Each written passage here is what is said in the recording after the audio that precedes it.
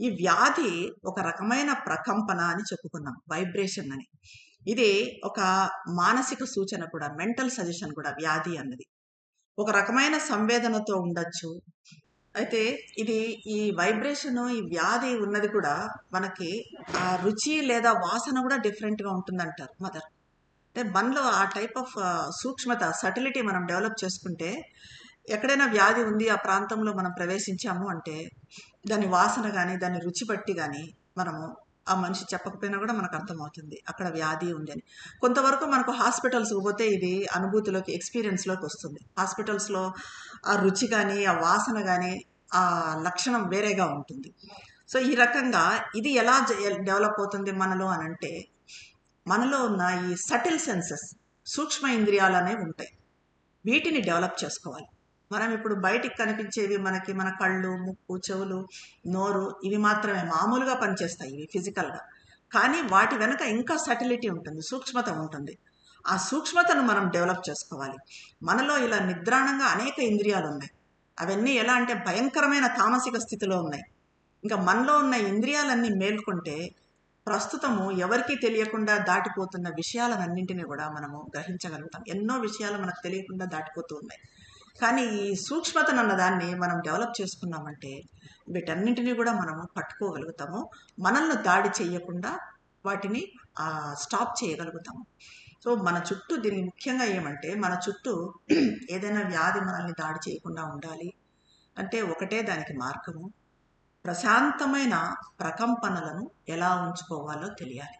మన చుట్టూ సాధ్యమైనంత వరకు మన చుట్టూ ప్రశాంతంగా ఉండేట్టుగా చూసుకోవాలి. మంచి పుస్తకాలు చదవటము, మంచి సంగీతం వినటము. ఇప్పుడు మదరు శ్రీ అరవిందుల మీద మంచి మంచి పాటలు ఉన్నాయి. మోహన్ మిశ్రా యూట్యూబ్లోకి వెళ్తే మనకి దొరుకుతాయి. సాధ్యమైనంత వరకు అలాంటి పాటలు, లేకపోతే మదర్ మ్యూజిక్కే పెట్టుకోవచ్చు మనం. ఈ రకంగా మన చుట్టూ ఒక ప్రశాంతమైన వాతావరణం అన్నది ఏర్పడుతుంది. అప్పుడు అలాగే సాధ్యమైనంత వరకు మన మనసులో కూడా అలజడి లేకుండా చూసుకోవాలి. అప్పుడు ఏమవుతుందంటే మన చుట్టూ ఒక ప్రొటెక్షన్ అన్నది ఏర్పడుతుంది. ఇలా ఉంటూ సాధ్యమైనంత వరకు మనం మదర్ కాన్షియస్నెస్లో ఉంటూ ఉంటే ఒక ప్రొటెక్షన్ సెల్ అన్నది ఏర్పడుతుంది. అయితే ఇది కూడా మన లోపల నుంచి బయటకు ప్రసరించే సంపూర్ణమైన ప్రశాంత వాతావరణం కావాలి. బయట నుంచి లోపలికి కాదు. మనం ఎంతసేపు నా చుట్టూ ప్రశాంతంగా లేదు, నా చుట్టూ చప్పుళ్ళు అవుతున్నాయి, నా చుట్టూ అరుస్తూ ఉంటారు, నాకు ప్రశాంతంగా ఉండటం లేదు అని చెప్పి ఎక్కడో దూరం వెళ్ళిపోయి నిశ్శబ్దంలో కూర్చొని ఇలాంటి చోట ఉండటము ఇలాగే కాదు. మన లోపల నుంచి ఆ ప్రశాంతత అన్నది బయటికి వెళ్ళాలి. బయట నుంచి వచ్చే ప్రశాంతత కాదు, మన లోపల నుంచి బయటికి వెళ్ళాలి ప్రశాంతత. అంటే అది ఎలా ఉంటుందంటే ఒక క్యాండిల్ ఇంకొక క్యాండిల్ని వెలిగించినట్టు తమలో ప్రశాంతతను నిలుపుకున్న వాళ్ళే తమ చుట్టూ కూడా ఆ ప్రశాంతత అన్నదాన్ని ప్రసరింపజేస్తారు. సో ఆ రకంగా మనలో ప్రశాంతతను నిలుపుకోవాలి. ప్రశాంతత అన్నదాన్ని ఫస్ట్ మనలో నిలుపుకోవాలి. మన లోపల ప్రశాంతత ఉన్నప్పుడు దాన్ని మనం పక్కన వాళ్ళకి ఇవ్వగలుగుతాం. మన చుట్టూ ఆ వాతావరణాన్ని క్రియేట్ చేయగలుగుతాం. అట్ ద సేమ్ టైం మన చుట్టూ కూడా ఆ వాతావరణం ఉండేట్టుగా, మన లోపలికి అది వెళ్ళేట్టుగా చూసుకోవాలి. రెండు ఈక్వల్గా జరగాలి. అప్పుడు అలాంటి ప్రశాంతత మనలో నెలకొల్పుకున్నప్పుడు ఎక్కడికైనా వెళ్ళొచ్చు మనం. ఎందుకంటే మనం ఇంట్లో అయితే ప్రశాంతమైన వాతావరణం పెట్టుకోగలుగుతాం. బయట ఎవరిళ్ళకో వెళ్ళాము, ఎక్కడో ఫంక్షన్స్కి వెళ్ళాము, అక్కడ మరి దాన్ని మెయింటైన్ చేయగలమా? చేయలేము. అక్కడ వాళ్ళకి చెప్పగలమా? చెప్పలేము. అప్పుడు ఏం చేయాలి? మన లోపల ఉన్న ప్రశాంతతే దాన్ని అనుభూతి చెందుతూ దాన్ని మన చుట్టుపక్కల వ్యాపింప చేయటానికి సాధ్యమైనంత వరకు ప్రయత్నం చేయాలి. అప్పుడు బయట నుంచి వచ్చే ఏ ప్రకంపనలు కూడా, అంటే ఈ సూక్ష్మజీవులు కానీ, బ్యాక్టీరియా కానీ, వ్యాధులు కానీ ఇవేవి కూడా మనకు అంటుకోవు. మన చుట్టూ కూడా మదర్ అంటారు ఎప్పుడు ఈ వైబ్రేషన్స్ అన్నవి డ్యాన్స్ చేస్తూ ఉంటాయి. ఈ ప్రకంపనలు డ్యాన్స్ చేస్తూ ఉంటాయి. ఈ ప్రకంపనల నృత్యాన్ని మనం చూడగలిగితే అప్పుడు ఇది అర్థమవుతుంది. ఇది కావాలంటే, ఇది జరగాలంటే మనం చాలా సున్నితంగా ఉండాలి. చాలా సెన్సిటివ్గా, చాలా సటిల్గా, చాలా సెన్సిటివ్గా ఉండాలి. అది నెమ్మదిగా అభివృద్ధి చెందుతుంది. మనం నెమ్మదిగా డెవలప్ చేసుకోవాలి అలాంటిది. ఎందుకంటే ఇవన్నీ కూడా సంకల్పం ద్వారా మనం సంకల్పించుకొని నేను ఇంకా సెన్సిటివ్ కావాలి, నాలో ఈ సటిల్ సెన్సెస్ అన్నవి డెవలప్ కావాలి, ఇలా ఒక సంకల్పం చేసుకొని ఒక పద్ధతి ప్రకారం చేసుకుంటే అది వీ క్యాన్ డూ ఇట్. అయితే ఈ కవచం అన్నది చెప్పుకున్నాం ఇప్పుడు. ఒక ప్రొటెక్షన్ సెల్ అన్నది ఉంటుంది. దాని పట్ల కూడా తగినంత చైతన్యంతో ఉండాలి. అంటే మనకు ప్రొటెక్షన్ సెల్ ఏర్పడినా కూడా దాని మీద మనకు చైతన్యం లేకపోతే అది పనిచేయదు. ఎక్కడికన్నా పోయి మనం ఇలాంటి పరిస్థితి వచ్చినప్పుడు నాకేమీ కాదు, నా చుట్టూ మదర్ ప్రొటెక్షన్ సెల్ ఉంది, నన్ను ఏ జబ్బు ఏమీ చేయలేదు, ఎవరు దాడి చేయలేరు, ఏ నెగిటివ్ ఫోర్స్ దాడి చేయలేదు అన్న చైతన్యంతో ఉండాలి. ఎందుకంటే ఏదైనా అట్లా ఉన్నప్పుడు మనము ఏదైనా చిన్నది మనల్ని తగలటానికి వచ్చినా కూడా మనలో ఒక చిన్న అసౌకర్యం ఉంటుంది, డిస్కంఫర్ట్ ఉంటుంది, ఆ అశాంతి తెలుస్తుంది. అప్పుడు మనము అప్రమత్తంగా ఉన్నాము అంటే వద్దు అని చెప్పి దాన్ని బలంతో బయటకు పంపించేయగలుగుతాం. బలంగా ఓహో ఇది నా దగ్గరకు వస్తుంది, దీన్ని నేను బయటకు పంపించాలి అని బయటకు పంపించగలం. దానికి చైతన్యంతో ఉండాలి, అప్రమత్తంగా ఉండాలి. అప్పుడు అది అక్కడితో ముగిసిపోతుంది. ఇంకా వ్యాధి అన్నది మనకు అంటుకోదు. ఒకవేళ ఆ క్షణంలో మనం చైతన్యంతో లేకపోతే మరి కొద్ది నిమిషాల తర్వాత మనకు లోపల ఒక వింత అనుభూతి, వెన్నులో వణుకు, ఒక అశాంతి మొదలవుతుంది. ఆ పరిస్థితి అక్కడ బాగలేదు అన్నది మనకు తెలియటం ఎలా తెలుస్తుంది అంటే ఈ అశాంతి మూలంగా, ఈ వణుకు మూలంగా తెలుస్తుంది. ఏదో అసమతుల్యతంగా ఉంది, ఏదో ఇక్కడ సామరస్యత, హార్మోని దెబ్బతిన్నది అని అనిపిస్తుంది. అప్పుడు ఇంకా ఎక్కువ ఏకాగ్రత వహించాలి. ఏది మనకు హాని చేయదు అన్న గొప్ప విశ్వాసాన్ని కలిగి ఉండాలి. ఇది సరిపోతుంది. ఆ క్షణంలోనే మనం అలా ఏకాగ్రతతో ఉన్నప్పుడు, అలా చైతన్యంతో ఉన్నప్పుడు ఆ క్షణంలోనే ఆ జబ్బును వెంటనే వదిలించుకోవచ్చు. కానీ దీన్ని వెంటనే చేయాలి. మనము నిదానంగా ఆలోచించి లేకపోతే దాని గురించి పట్టించుకోకుండా నిదానంగా చేసి ఆ జబ్బును మనకు తెచ్చుకున్నాం అనుకోండి, తెచ్చుకున్న తర్వాత కూడా ఒంటరిగా కూర్చొని ఏకాగ్రత వహించి మదర్ ఫోర్స్ని మనలోకి ఇన్వోక్ చేసుకోవాలి. అంటే ఇన్ని రకాలుగా మదర్ చెప్తున్నారు మనకు. అలా అని మనము అప్రమత్తంగా ఉండకుండా ఎప్పుడొకసారి చేసుకోవచ్చు అనుకోవడం కాదు. ఫస్టే అప్రమత్తంగా ఉండాలి, చైతన్యంతో ఉండాలి. ఆ వ్యాధిని అక్కడ ఉంది వ్యాధి, ఇది నాకు సోకుతుంది అని గ్రహించగలిగే సెన్సిటివిటీని మనలో డెవలప్ చేసుకోవాలి. అలా అనిపించినప్పుడు వెంటనే దాన్ని తిప్పికొట్టేట్టుగా మనలో మనం డెవలప్ చేసుకోవాలి. ఇలా మనం ఏం చేయకపోతే ఏమవుతుంది, అనారోగ్యం అన్నది మనలో స్థిరపడిపోతుంది, ఇంకా అది క్రానిక్ అయిపోతుంది. ఇదంతా ఎందుకు జరుగుతుంది అంటే మనం అప్రమత్తంగా ఉండకపోవటం వల్లనే.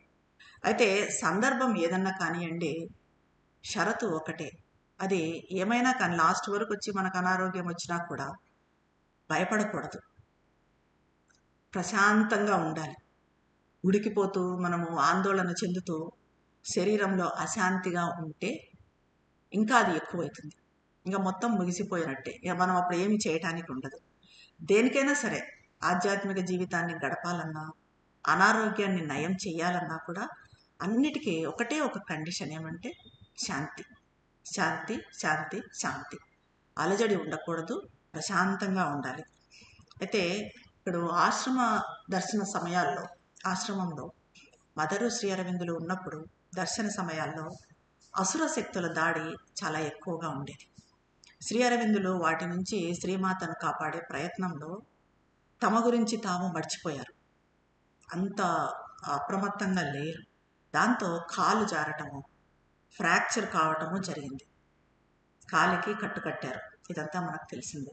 దాన్ని శ్రీ అరవిందులు ఎంతో ప్రశాంతంగా ఎదుర్కొన్నారు, ప్రమాదం నుంచి కోలుకున్నారు. అయినా పూర్తిగా పడకకే అంటిపెట్టుకొని ఉండాల్సి వచ్చింది, బెడ్కే అంటిపెట్టుకోవాల్సి వచ్చింది. అయినా కూడా ఏమీ కానట్టు ప్రశాంతంగా, అసలు ఎలాంటి కలవరపాటు, ఎలాంటి అలజడి లేకుండా, ఎవ్వరికి ఎదురు చెప్పకుండా ఆ డాక్టర్స్ ఏం చెప్తే అది ఆ సూచనలను పాటించేవాళ్ళు. అలవాటు లేని భంగిమలో ఎప్పుడు పడుకోవడం, ఇయర్స్ టుగెదర్ పడుకున్నారు. దాంతో ఆయనకు చాలా అసౌకర్యం ఉంటుంది. కానీ ఆయన ఎవరిని కూడా ఇబ్బంది పెట్టేవారు కాదు, సాయం చేయమని కూడా అడిగేవారు కాదు. ఆ డాక్టర్ వస్తున్నప్పుడు, ఆ డాక్టర్ పేరు మణిలాల్ అనేవారంట శ్రీ అరవిందులు. మణిలాల్ వస్తున్నాడు, నా కాలు వేలాడదీయాలి అని అనేవారంట. ఆ డాక్టర్ దగ్గరికి వచ్చి ఎలా ఉంది అని అడిగితే అది ఇంకా వేలాడుతూనే ఉంది అని అనేవాళ్ళంట. అంటే ఆయన కాకుండా అదేదో శరీరంలో ఒక భాగము అన్నట్టుగా అంతా సరదాగా ఉండాలంట, ఇలాగా ఉండేవారు. అలా మనము జబ్బును, ప్రమాదాన్ని, జీవితంలో జరిగే ఈ దుర్ఘటనలను లైట్గా తీసుకోవటం అన్నది నేర్చుకోవాలి. ఈ లైట్గా తీసుకోవటంతో చాలా మటుకు జబ్బు 70% నయం అయిపోతుంది. ఈ మనలోని సందేహము, దిగులు, ఆత్మవిశ్వాసం లేకపోవటము, మనల్ని గురించి మాత్రమే ఆలోచించే ఈ స్వార్థపూరిత ధోరణి, ఇవన్నీ కూడా మనకు దైవం నుంచి వేరు చేస్తాయి. ఆ కాంతి నుంచి, ఆ శక్తి నుంచి వేరు చేస్తాయి. మదర్కి జపాన్లో జరిగిన సంఘటన ఒకటి 1919లో జపాన్లో జరిగింది. అప్పుడు జపాన్ దేశం అంతా కూడా ఒక భయంకరమైన ఫ్లూ వ్యాధి, స్వైన్ ఫ్లూ. 1919 అంటే అప్పుడే ఫస్ట్ వరల్డ్ వార్ అయిపోయింది. ఫస్ట్ వరల్డ్ వార్ అయిపోయినప్పుడు ఆ ఫ్లూ అన్నది మొత్తం వ్యాపించి ఉంది. లక్షలాది మంది ప్రాణాలను బలి తీసుకుంది. మదర్ అప్పుడు టోక్యోలో ఉన్నారు. ఆ టోక్యోలో ప్రతిరోజు వందలాది కేసులు నమోదయ్యేవి. ఇది సోకిన 3 రోజులకే రోగి మరణించేవాడు. ఎంత పెద్ద సంఖ్యలో ప్రజలు చనిపోయారంటే వాళ్ళను దహనం చేయడం కూడా సాధ్యం కావడం లేదనమాట. ఆ ప్లేసు దొరికేది కాదు, దహనం చేయడానికి కూడా సాధ్యమయ్యేది కాదు. 3వ రోజున చనిపోకపోతే 7వ రోజు చివరిలో వాళ్ళు పూర్తిగా కోలుకునేవాళ్ళు. కానీ చనిపోయే వాళ్ళైతే 3వ రోజుకే. కానీ చనిపోయే వాళ్ళ సంఖ్య కూడా అంత ఎక్కువగా ఉండేది. జపాన్లో ఇలాంటి మహమ్మారి రావడం చాలా అరుదు. ఎందుకంటే జపాన్ ప్రజలు చాలా పరిశుద్ధతకు చాలా ప్రాధాన్యత ఇస్తారు. వాళ్ళంతా డిసిప్లిన్ లైఫ్ ఉంటుంది, క్లెన్లీనెస్కి చాలా ఇంపార్టెన్స్ ఇస్తారు. అలాంటిది జపాన్లోనే అలాంటిది వచ్చింది. దాంతో ప్రజలంతా కూడా ఆ భయాందోళనలతో వణికిపోయారు. అప్పుడు మదర్ అక్కడ ఉన్నారు. అయితే మదర్ ఆలోచిస్తున్నారు, ఎందుకు ఈ అనారోగ్యం ఉంది, ఎందుకు ఇది వచ్చింది అని.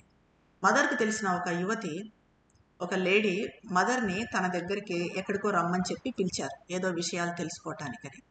అక్కడికి వెళ్ళాలంటే మదర్ టోక్యో అటు సైడు, అంటే పూర్తి నగరాన్నంతా దాటి అటు సైడ్కి వెళ్ళాలి.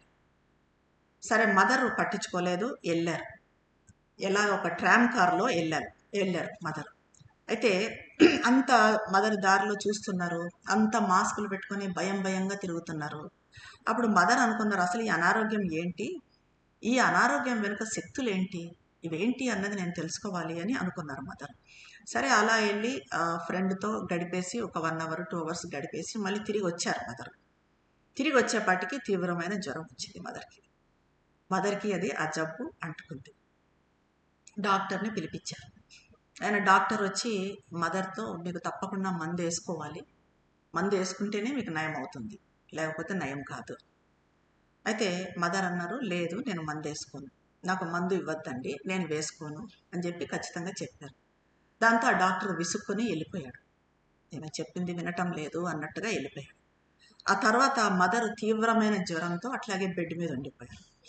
అప్పుడు బెడ్ మీద ఉన్నప్పుడు కూడా మదర్ ప్రశ్నించుకుంటూనే ఉన్నారు తమను తాము. ఏమంటే, ఏంటి ఈ అనారోగ్యము, ఇది అసలు ఇక్కడ ఎందుకు ఉంది, దీని వెనుక ఏముంది, దీని వెనుక ఉన్న శక్తులు ఏంటి, దీనికి కారణం ఏంటి అని చెప్పి మదర్ ఆలోచిస్తూనే ఉన్నారు. ఫస్ట్ డే అయిపోయింది.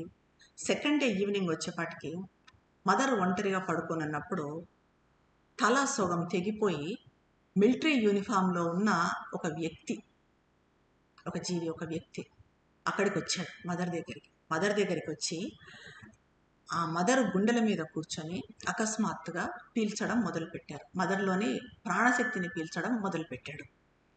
ఇంకా అప్పుడు మదర్కి అర్థమైంది, తాను ఇంకా చనిపోబోతున్నాను, మరణించబోతున్నాను, ఈ వ్యక్తి నా ప్రాణశక్తిని అంతా తీసేసుకుంటున్నాడు అని చెప్పేసి. అప్పుడు మదర్ ఎలా ఉన్నారంటే లోతైన ట్రాన్స్లో ఉన్నారు, ధ్యాన స్థితిలో ఉన్నారు. అతను లాగేసుకుంటున్నాడు, మదర్ ప్రాణశక్తిని లాగేసుకుంటున్నాడు. అప్పుడు మదర్ ఏం చేశారంటే తమ అకల్ట్ పవర్ని, ఆధ్యాత్మిక శక్తిని, ఆ నిగూఢ శక్తిని, దాన్ని అకల్ట్ పవర్ని ఉపయోగించారు. దానితో ఆ శక్తితో అతనితో గట్టిగా పోరాడి చివరకు విజయం సాధించారు మదర్. అతన్ని హతం చేయగలిగినారు. దాంతో అతను అక్కడ నిలబడలేకపోయాడు. అప్పుడు మదర్కి మెలకువ వచ్చింది. ఆ తర్వాత ఒక 2-3 రోజులకు మొత్తం అంతా అక్కడ ఆ నగరంలో అంతా కూడా అసలు జబ్బు అనేది లేకుండా పోయింది. ఆ జబ్బు నుంచి ఎట్లా బయటపడ్డారు ఆ నగరంలో అన్నది ఎవరికి తెలియదు. కానీ అక్కడ దాని వెనుక ఎలాగైతే మనకు సెకండ్ వరల్డ్ వార్లో ఎందుకు చివరి నిమిషంలో ఎందుకు జర్మనీ ఓడిపోయింది, హిట్లర్ ఓడిపోయాడు, ఎందుకు ఈ నేషన్స్ మిత్రదేశాలు ఇవి గెలిచాయి అన్నదానికి వెనుక అది మనకు అర్థం చేసుకునే వాళ్ళకి, విశ్వాసం ఉన్న వాళ్ళకి మనకు తెలుసు. మదరు, శ్రీ అరవిందులు అసుర శక్తులతో ఎలా పోరాడారు అనేది లాస్ట్ సెషన్లో చెప్పుకున్నాం మనం. అలాగే ఇక్కడ మదర్ చేసింది ఎవరికీ అర్థం కాలేదు. కానీ ఒక 2, 3 డేస్‌లో అది మొత్తం నయమైపోయింది. అయితే మదర్ అంటారు, ఇది అసలు ఎందుకొస్తుంది ఈ అనారోగ్యము అన్నది. ఇది మామూలుగా తమ శరీరాల నుంచి బలవంతంగా బయటకి నెట్టివేయబడిన జీవుల నుంచి ఉద్భవిస్తుంది. అంటే మొదటి ప్రపంచ యుద్ధం ముగిసే సమయంలో అప్పుడు అంతా ప్రజలు కందకాలు, డిచెస్ అంటారు చూడండి. భూమి కింద దవ్వుకుంటారు. వాటిల్లో దాచిపెట్టుకొని ఉండేవాళ్ళు. అయితే వాళ్ళు బాగా ఆరోగ్యంగా, పూర్తి ఆరోగ్యంతో ఉండేవాళ్ళు. ఈ బాంబు దాడుల వల్ల సడన్‌గా చనిపోయేవాళ్ళు. సో, వాళ్ళకి ఒక్క క్షణంలో తమ శరీరాలు ఎళ్ళిపోయినాయి, తమ శరీరాల నుంచి బయటికెళ్ళాము అన్నది వాళ్ళకి అర్థం కాదు. వాళ్ళకు ఆ స్పృహ, చనిపోయాము అన్న స్పృహ కూడా వాళ్ళకుండేది కాదు. ఇంక శరీరం లేదు అన్నది వాళ్ళకు తెలీదు.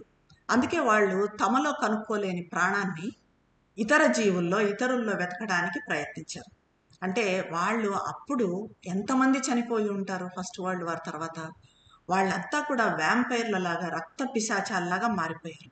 వాళ్ళు మనుషుల నుంచి శక్తిని పీల్చుకోవటము ప్రారంభించారు. అందుకే యుద్ధాలు జరిగిన తర్వాత వ్యాధులు ఎక్కువవుతాయి ఎక్కడైనా కూడా. దానికి తోడు అనారోగ్యం బారిన పడి చనిపోయిన వారి ప్రాణశక్తుల విచ్ఛిన్నం కూడా, డీకంపోజిషన్ కూడా ఉంటుంది. ఆ సమయంలో దెబ్బతిన్న వాళ్ళ డీకంపోజిషన్.